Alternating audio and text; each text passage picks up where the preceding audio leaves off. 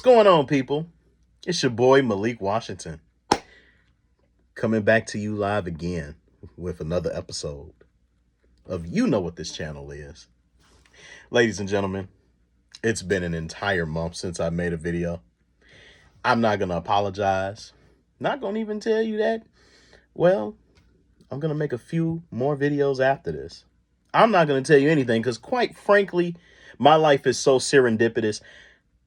I can't even emphasize anymore when I'm going to come back and make videos.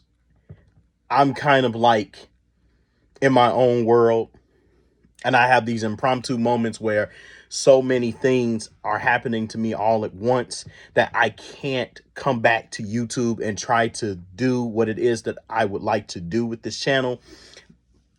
But again, y'all know me. Y'all know how this works. Well, at least the ones that have subscribed to me and that have watched at least the few videos that I have made for this channel, where I have constantly emphasized that, oh, well, I was going to be here to make a few more videos for you guys. I was going to come back and give you a few more perspectives on different topics and whatnot. But quite frankly, every time I say that, weeks on in and weeks on out pass by, and it's due to the fact there's a lot of good things going on my end. I'm actually in a pretty damn good mood. I'm actually pretty happy, which I don't use that term very often. Extremely rare. I literally mean that. Typically, I'm content, but I'm not happy, right? And there's definitely a distinction there, right? Because when I'm content, it means that I'm understanding of the position that I have been placed in within my current situation. When I'm happy, it's typically temporary, but it doesn't last long. And in this moment, I feel a combination of both. I feel content and I'm happy, which is extremely rare. The only people that really know about what I'm facing right now and all of the good things that have been happening are those that are closest to me. And you guys don't really know what's going on this side. So henceforth is the reason why I haven't been making any videos. But now that I'm here, finally, and I'm back from my adventures, because I have been on quite a few adventures, if I may say so myself, I am here to finally give my perspective on something, right? There's so much to talk about because a month has passed and so much has happened within that month that I don't know what to go into first. But honestly, I think I'm going to start with the small conversation. Well, it's not small, but it's large, actually, in its own way. And it's particularly about immigration, but more specifically centered within the city that I live in, which is Chicago, Illinois. Or Chicago, specifically. The state is Illinois, right? Excuse me, I always have to correct myself. I am so self-aware of what the hell I'm saying most of the time that I'm constantly trying to correct myself while I'm talking to you guys simultaneously. It's a lot going on in my mind, so bear with me. But, ladies and gentlemen, a lot has happened since we have come to this particular dynamic where you're watching me talk about what's currently going on out there in the world today, right? And not that my opinion or anything that I say even matters.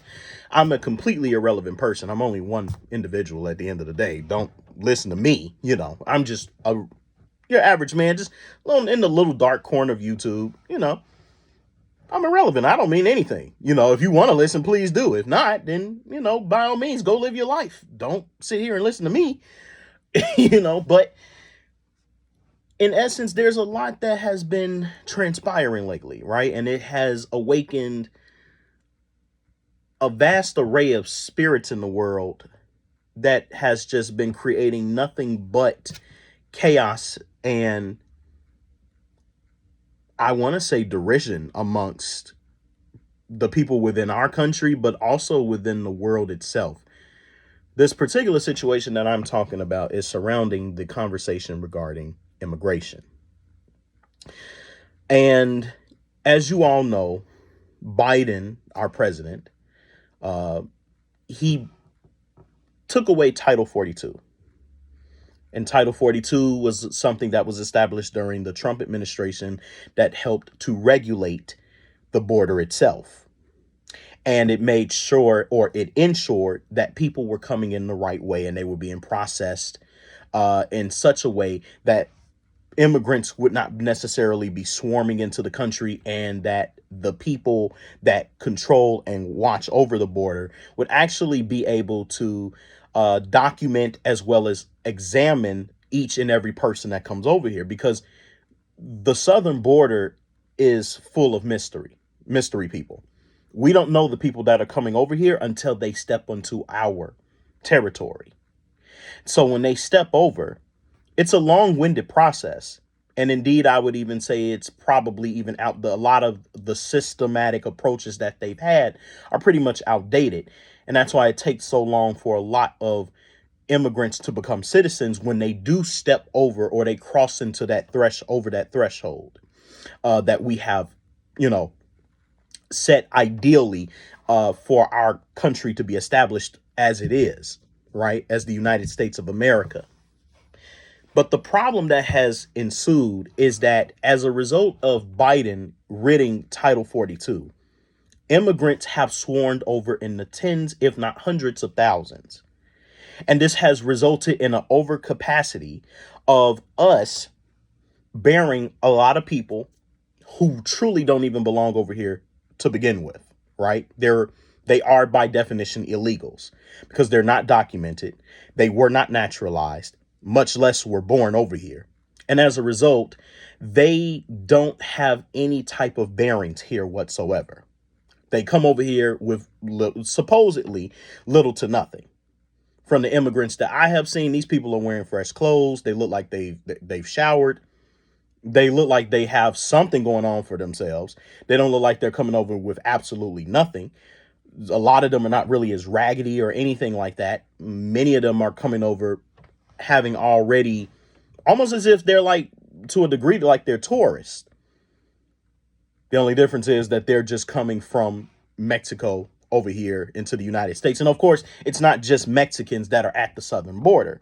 There's a pantheon of different ethnicities that are coming through the borders. Haitians, obviously the cartel, which that's a big issue. There are, I forget the other ethnicities, but there are quite a few other ethnicities that are involved at the southern border aside from the Mexicans, right? And so initially it started all off with being overcapacitated in Texas, because that's where they're coming from. And so the migrants would swarm Texas.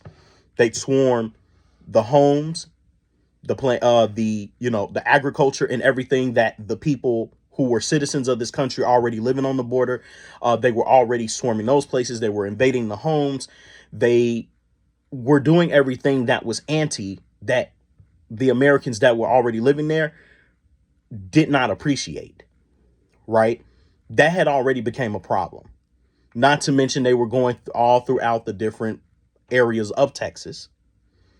And Governor Abbott just simply could not deal with that capacity.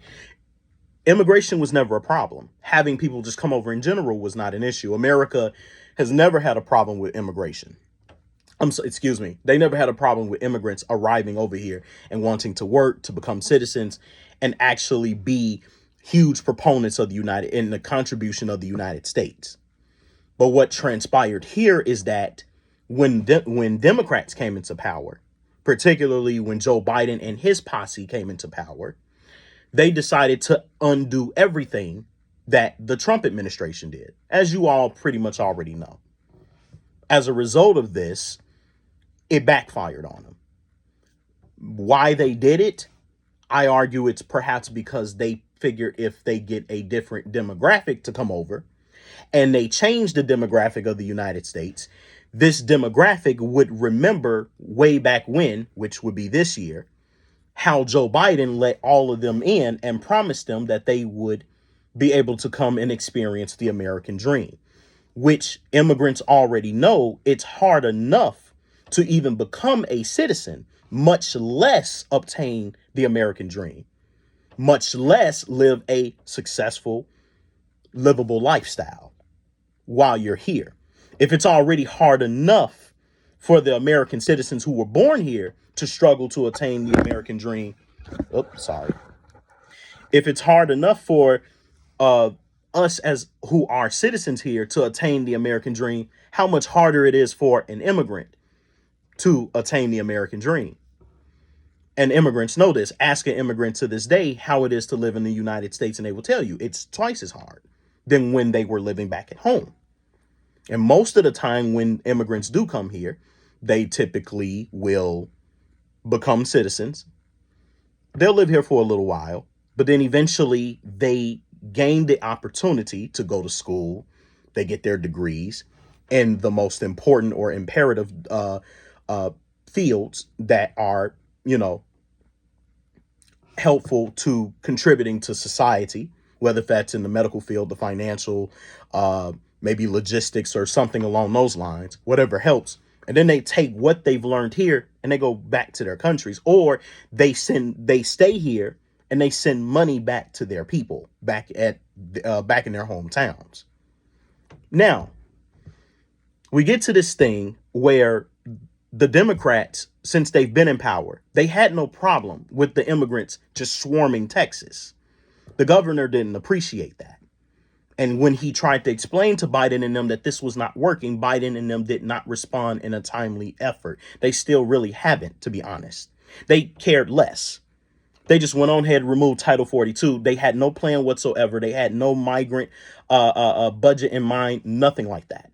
Just let them all in because our system is fucked up anyway.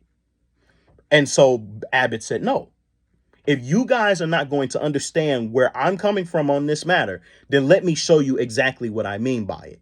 And so he started busing them into what is known as you all know, sanctuary cities. The cities of which Democratic mayors who run these particular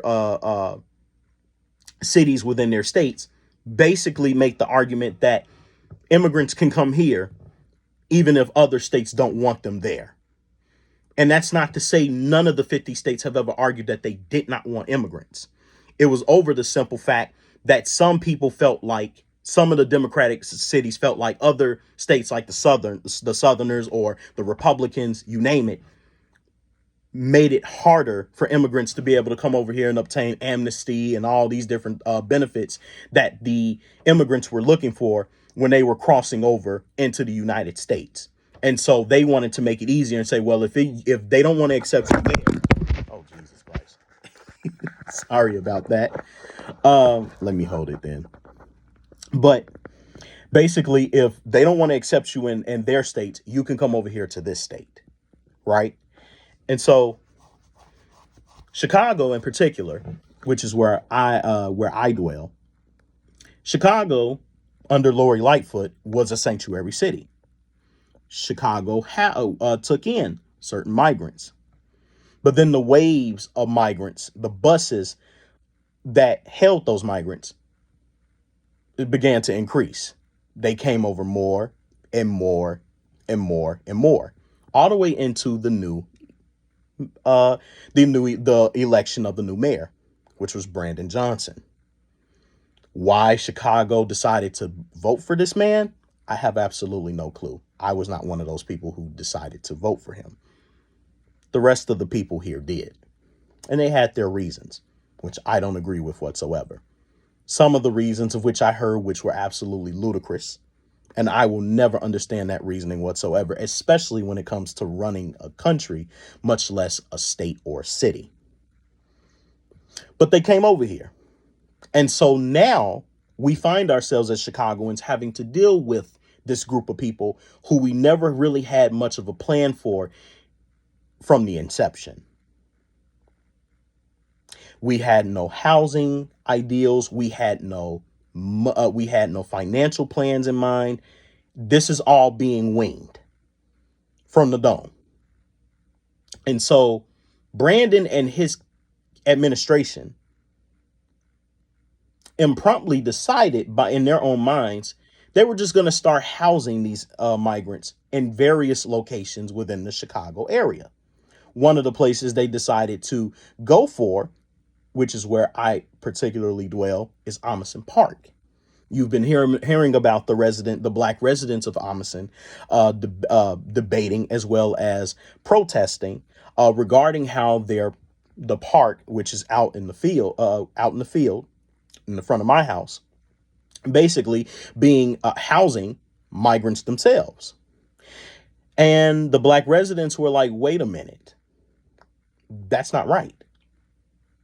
That's not right that you guys get to just suddenly, without consulting us, say that you're going to house these people who don't belong here at a small place like Amundsen Park, where the people pay taxes to own this park, and basically act as if we don't have kids, we don't have memories here, we don't have children who basically have nowhere else to go after they get out of school.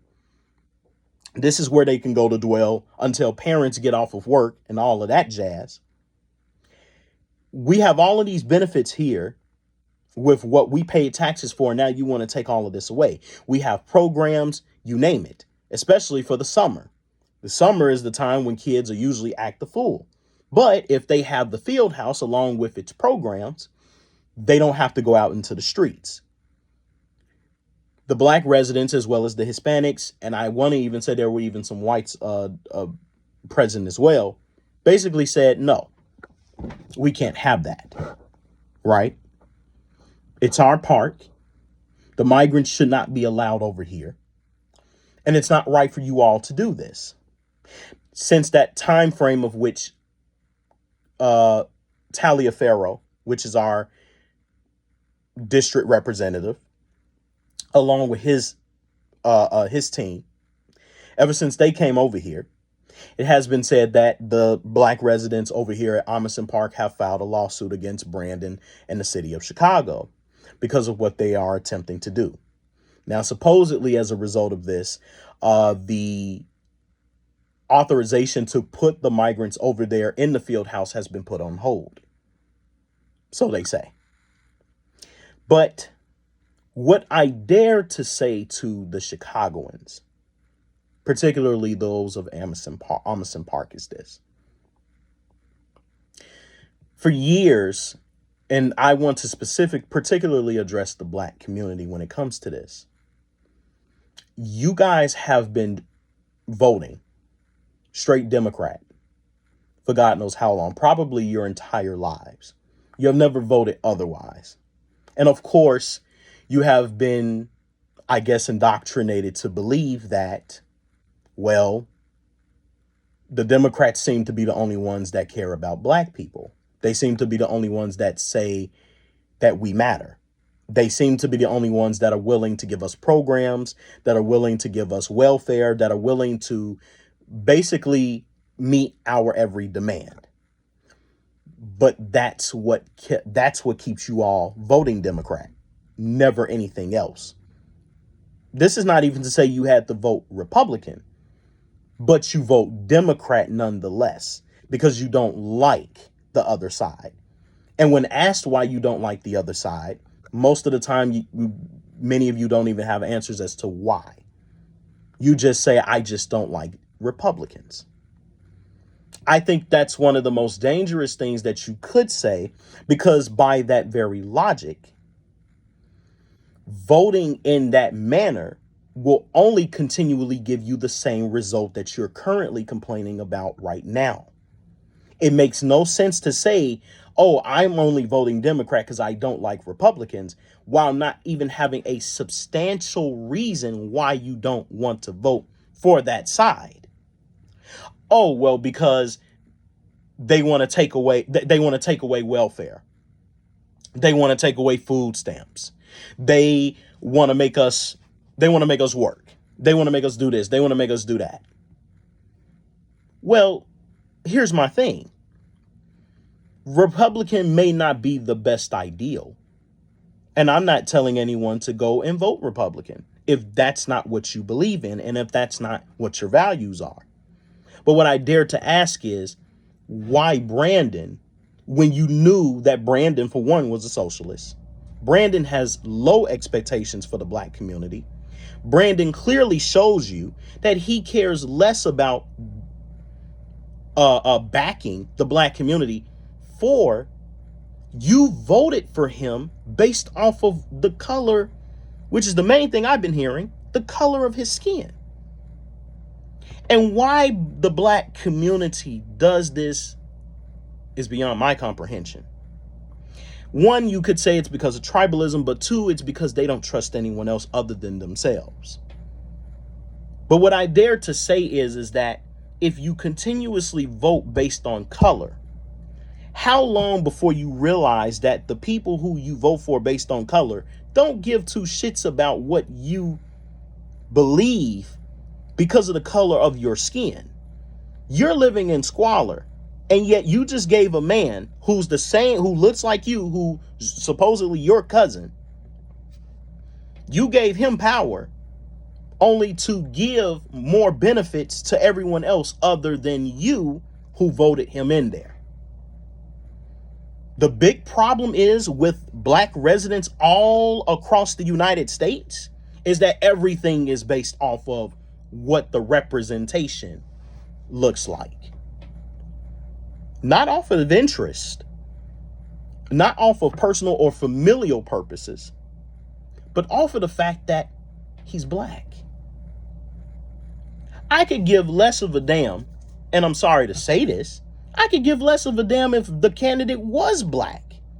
If he doesn't represent my values as a person, as a human being, if he's not going to benefit my pockets, if he's not going to help me and my family gain the traction to be able to become great and aspire for greatness, instead of trying to put us on some equal playing field with the next Joe down the street, I don't give two shits about the color of his skin. That Negro could hate me just as much as he hates the next person that comes along. But let you all tell it, because he's black, therefore we should vote for him. I think that's wrong. I think that's incorrect. I'm not voting a man in based off the color of his skin. I'm not. Which is why I went for Vallis. I didn't go for him. And of course, people had their antithetical arguments as to why they would not vote for Vallis. And mind you, Vallis is a Democrat. He's a white man. But Vallis actually believed in stopping crime. I don't see shit that Brandon Johnson has done to end it, or not end it, to try to reduce it. In fact, it's getting worse. No different than it was under Lori Lightfoot. And we got 4 years with this man. He's only been in for some months, and he's already screwing up. And now his own people that voted him in based off the color of his skin are saying, we're not voting for you next time. You shouldn't have voted for him in the beginning. That's your problem. Y'all vote for people based off what they look like, and they don't even give you, they never do, they don't give you what you're looking for. And that's what you all don't understand. Lest you're lobbying, or you paid a dime a dozen to get this man to do exactly what you want him to do, he can talk all the shit in the world about white supremacy, racism. He can give you everything that you're looking for, all the talking points that black people love to hear because it itches their ears. He can give you everything that you're looking for.